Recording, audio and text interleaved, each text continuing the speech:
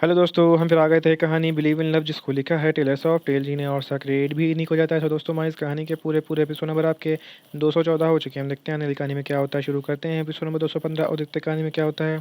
सुबह यष्टि की आंख उसके अपने रूम में डोर नॉक होने से खुली। यष्टि ने आंख मलते हुए अपने ऊपर से एक कांच की हाथ को उठाया जो और जाकर डोर खोला तो सामने श्रेया खड़ी थी।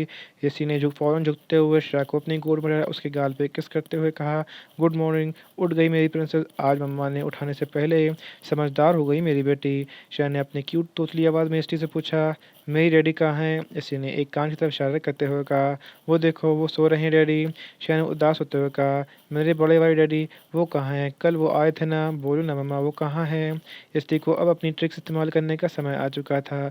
एसटी ने श्रेया को समझाते हुए कहा, आपको पता है कल आपके डैडी क्यों आए थे? श्रेया ने हैरान होते हुए उसकी अपनी आंखों को बड़ी बड़ी करते हुए एसटी से पूछा, क्यों आए थे मम्मा?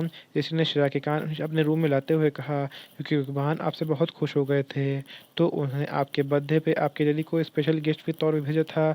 अब अगर आप चाहते हैं कि आपके डैड फिर से आपके पास वापस आ जाएँ, तो आपको फिर से वही वाली श्रेया की तरह एक्ट करना होगा जैसा मेरी बेबी हमेशा होती है। प्यारी सी, क्यूट सी, इनोसेंट। दृष्टि को पता था कि वो श्रेया को बहलाने के लिए सब बोल रही है, लेकिन श्रेया को सँभालने के लिए उसे यही करना था। एकांश दृष्टि को सब बातें लेटे सुन रहा था। वो अब श्रेया के रिएक्शन स्त्री की इस बात के ऊपर देखना चाहता था। जब श्रेया ने अपना मुंह खोला और कहा, तो अम्मा अगर श्रेया अच्छे से बिहेव करेगी तो डैडी को गॉड फिर से वापस कर देंगे।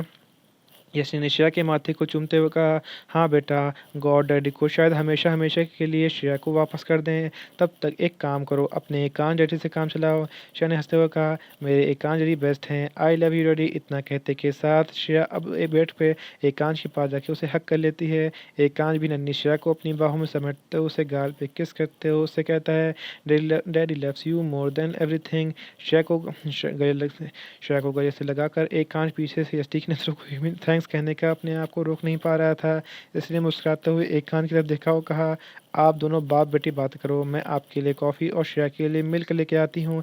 इतना कहते हुए यष्टि रूम से बाहर आ गई, जिसके बाद यष्टि ने सबसे पहले जानवी को कॉल लगाया।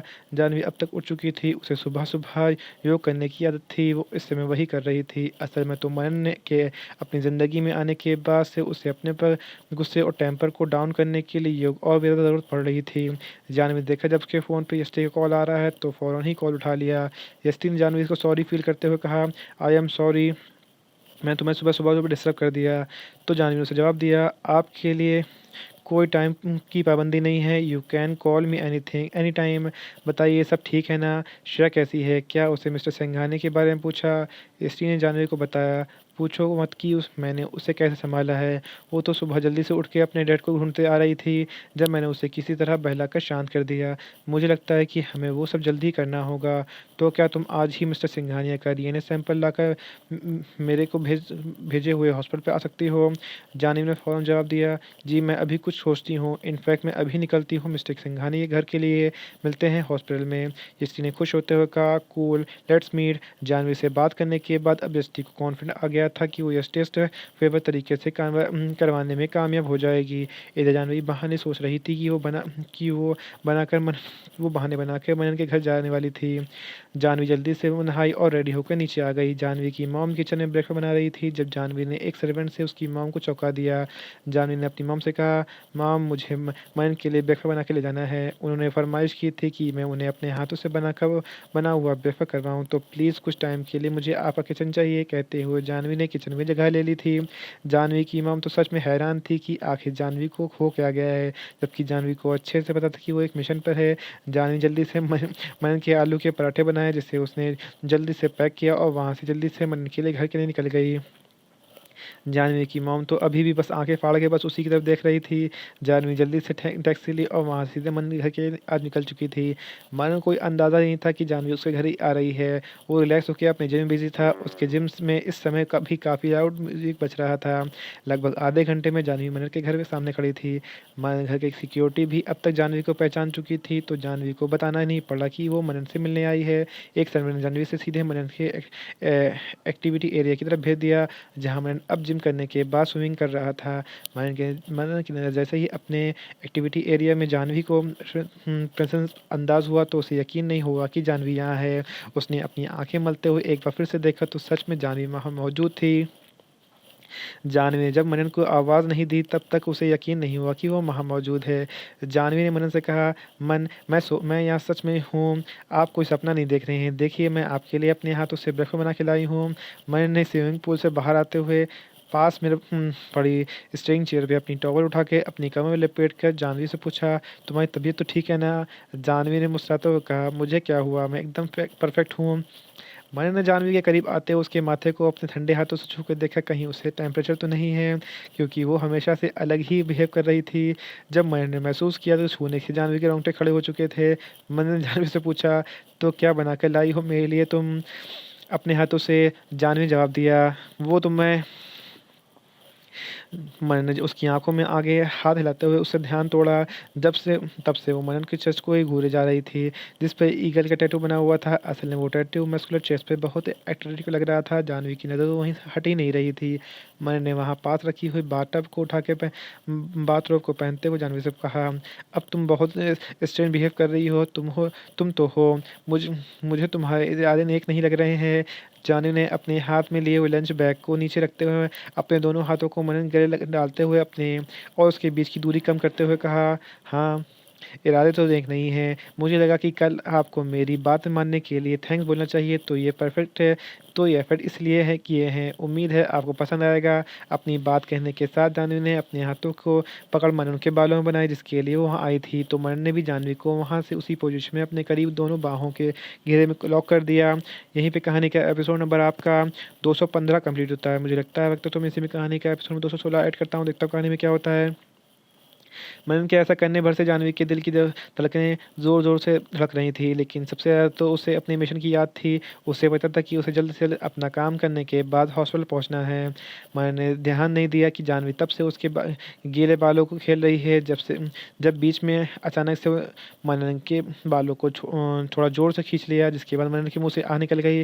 मनन जानवी के दोनों हाथों को अपने हाथों में होल्ड करते हुए उसने अपने बालों को दूर किया और उसे अपनी कमर मोड़ते हुए उससे पूछा, ये कौन-सा तरीका है किसी को थैंक करने का? क्या तुम मेरे बालों को जड़ से उखाड़ना चाहती हो? जानवी ने प्यारा सा चेहरा बनाते हुए जवाब दिया, वो मेरा तरीका थोड़ा अलग है। चलिए पहले आकर नहा लीजिए, उसके बाद आप मेरे हाथों से बना हुआ ब्रेकफ़ास्ट टेस्ट कर बताना कैसा बना है। मैंने जानवी की बाहों में से अपने हाथों को पकड़ कर लूज़ करते हुए इसे हाथ से उसका हाथ को थाम लिया और अपने रूम की तरफ बढ़ने लगा। जानवी ने मनन से चलते हुए पूछा, ये आप मुझे कहाँ लेके जा रहे हैं?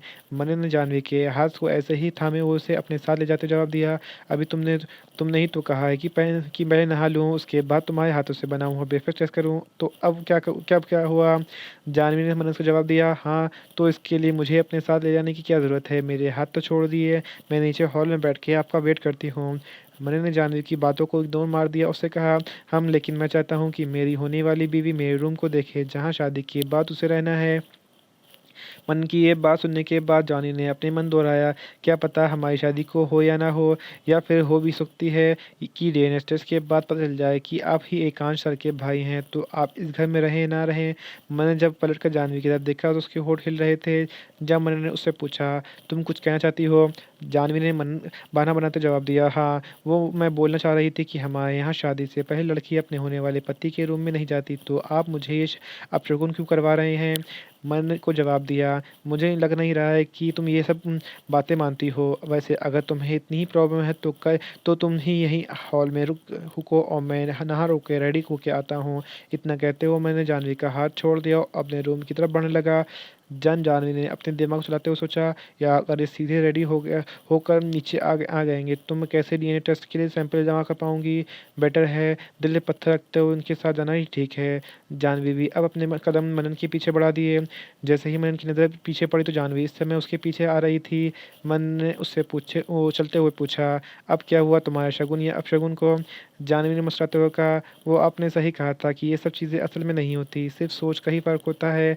मनन ने मुस्कुराते हुए कहा, कूल। जिसके बाद वो एक बार फिर से अपने रूम की तरफ जाने लगा, गाड़ी सीढ़ियों पे चढ़ने लगा।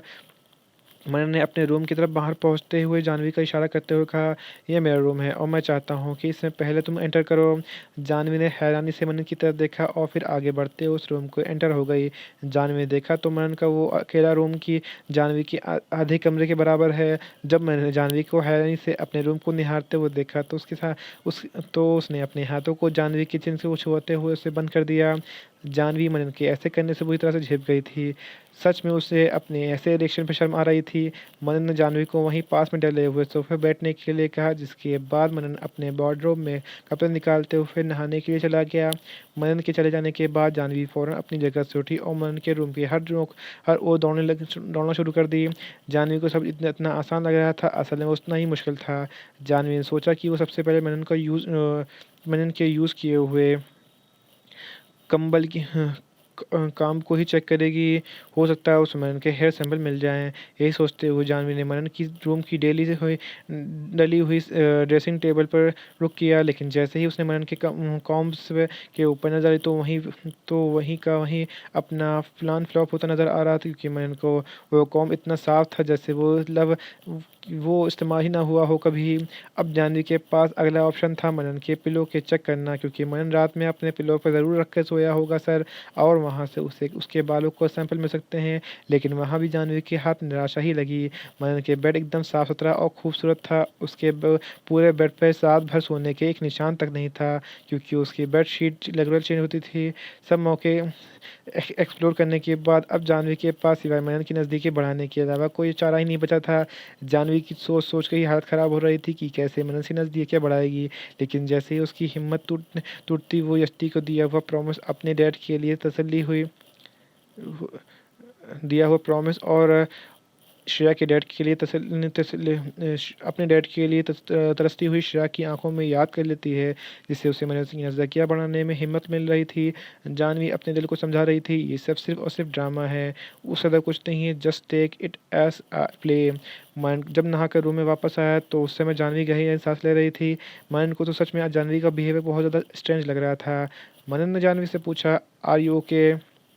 जाह्नवी ने अगले कुछ ही मिनट में अपने और मनन के बीच का फासला तेज़ी से तय कर लिया, जिसके बाद उसने झटके से मनन की पीठ पे अपने दोनों हाथों को घेरा बनाते हुए उसे अपने पाँव उचकाया, जिसके बाद उसने मनन के होठों को अपने होठ के बीच की दूरियाँ एकदम ख़त्म कर दी। जाह्नवी के इस बिना रुके मनन को बस किस किए जा रही थी और मनन आँखें हैरानी फैल चुकी थी, क्योंकि जिस जाह्नवी को वो जानता था वो खुद से मनन से दूरियाँ बनाती थी, लेकिन ना जाने आज जाह्नवी को हुआ क्या था, जो हर समय, हर पल मनन को चौंका रही थी।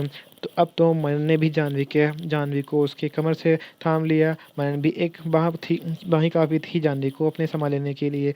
जाह्नवी के किस ने ज़रूर किया था, लेकिन अब उसे पूरा चार्ज मनन ले ले लिया था। जाह्नवी ने अपने हाथों को मनन की कमर से हटाते उसे गर्दन में घुमा लिया, जिसके बाद वो एक बार फिर से मनन के बालों को खेल रही थी। उसका इकलौता मकसद सिर्फ़ और सिर्फ़ मनन के डीएनए सैंपल को पाना था, लेकिन ना जाने क्यों इस समय मनन की किस उसमें जाह्नवी को जैसे खो सी गई थी। मनन अब तक जाह्नवी को पुश करते हुए अपने रूम में ले आया था। बेड की तरफ ले जाने लगा था। इधर जाह्नवी, जो अभी तक अपने मकसद में कामयाब नहीं हो पाई थी, मनन के ऐसा कर नहीं दे रही थी। जाह्नवी बुरी तरह से चौंक गई जब मनन ने अगले ही पल उसे अपने पेड़ पे अपने बेड पे धकेल दिया। मनन किसी पल जाह्नवी ने मनन के बालों को अपनी मुट्ठी में भरते हुए थोड़ा ज़ोर से लगाते हुए कुछ बालों को जड़ से उखाड़ लिया। जाह्नवी और अपने बीच लड़ते हुए उस पैशन को नशे में मनन को तो जैसे एहसास ही नहीं हुआ कि अभी भी उसके साथ क्या हुआ। मनन अभी भी जाह्नवी को पूरे पैशन के साथ किस कर रहा था।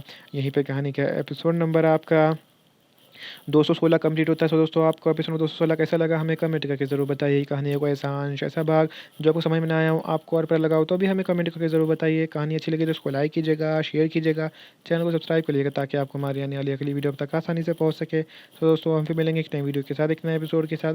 तब तक के लिए मुझे इजाज़त दीजिए। धन्यवाद दोस्तों।